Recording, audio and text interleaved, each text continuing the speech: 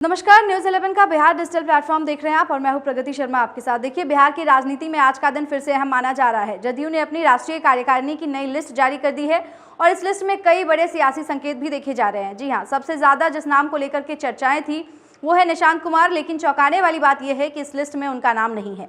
यानी साफ है कि नीतीश कुमार के बेटे निशांत कुमार फिलहाल संगठन में कोई भी पद नहीं दिया गया है। यानी साफ है कि नीतीश कुमार के बेटे निशांत कुमार को फिलहाल संगठन में कोई पद नहीं दिया गया है। लेकिन क्या इसका मतलब ये है कि निशांत कुमार राजनीति से दूर हैं? तो इसका जवाब है बिल्कुल नहीं।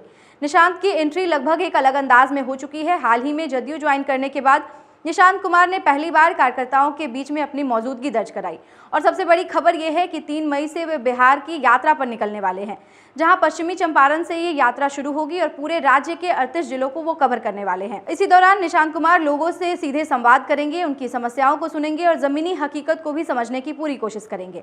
तो ये यात्रा दरअसल उनके राजनीतिक लॉन्च की शुरुआत है, जहाँ बिना पद के ही उन्हें जनता के बीच सीधे उतारा जा रहा है। तो चलिए अब जदयू संगठन में बड़े बदलाव को लेकर के बात करते हैं।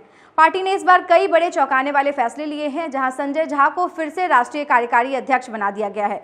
यानी संगठन की कमान फिर से उनके हाथों में सौंप दी गई है। जहां पहले 3 राष्ट्रीय उपाध्यक्ष थे, वहां सिर्फ अब चंदेश्वर प्रसाद चंद्रवंशी को राष्ट्रीय उपाध्यक्ष बनाया गया है। साफ संकेत ये है कि पार्टी संगठन को छोटा और ज्यादा कंट्रोल बनाना चाहती है। वहीं मनीष रंजन और श्याम रजक को उपाध्यक्ष से हटाकर महासचिव बनाया गया है। अशोक चौधरी की बात करें तो अशोक चौधरी को महासचिव की जिम्मेदारी दी गई है। वहीं राजीव रंजन को सचिव और प्रवक्ता बनाया गया है। कुशवाहा समीकरण को लेकर के भी बड़े बदलाव किए गए हैं। आपको बता दें कि भगवान सिंह कुशवाहा को हटाकर रमेश सिंह कुशवाहा को महासचिव बनाया गया है और इसको लेकर के चर्चाएं हैं कि भगवान सिंह कुशवाहा को मंत्री भी बनाया जा सकता है। जी हाँ, यानी संगठन से हटाकर सरकार में बड़ी भूमिका उन्हें मिल सकती है। लेकिन अब बड़ा सवाल यह है कि इस पूरी कवायद का मतलब क्या है। पहला यह है कि पार्टी संगठन को छोटा लेकिन मजबूत बनाना चाहती है। साथ ही दूसरा सवाल यह है कि निशांत को आखिर कोई पद क्यों नहीं मिला। ये सबसे बड़ा सवाल यही है। तो जब वे सक्रिय हो रहे हैं तो उन्हें कोई पद आखिर क्यों नहीं दिया गया।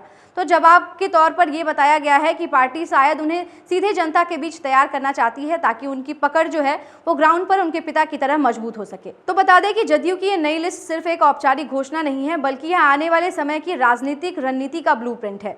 एक तरफ संगठन में बड़े बदलाव किए जा रहे हैं, तो वहीं दूसरी तरफ निशांत कुमार को बिना किसी पद के सीधे जनता के बीच उतारने की तैयारी देखी जा रही है। तो अब देखना है कि क्या निशांत कुमार की यात्रा उन्हें बड़े नेता बना पाएगी, या क्या जदयू का ये नया संगठन चुनाव में क्या फायदा दिला पाएगा। तो फिलहाल हर खबर पर हमारी नजर है और आप जुड़े रहें न्यूज 11 के बिहार डिजिटल प्लेटफॉर्म के साथ।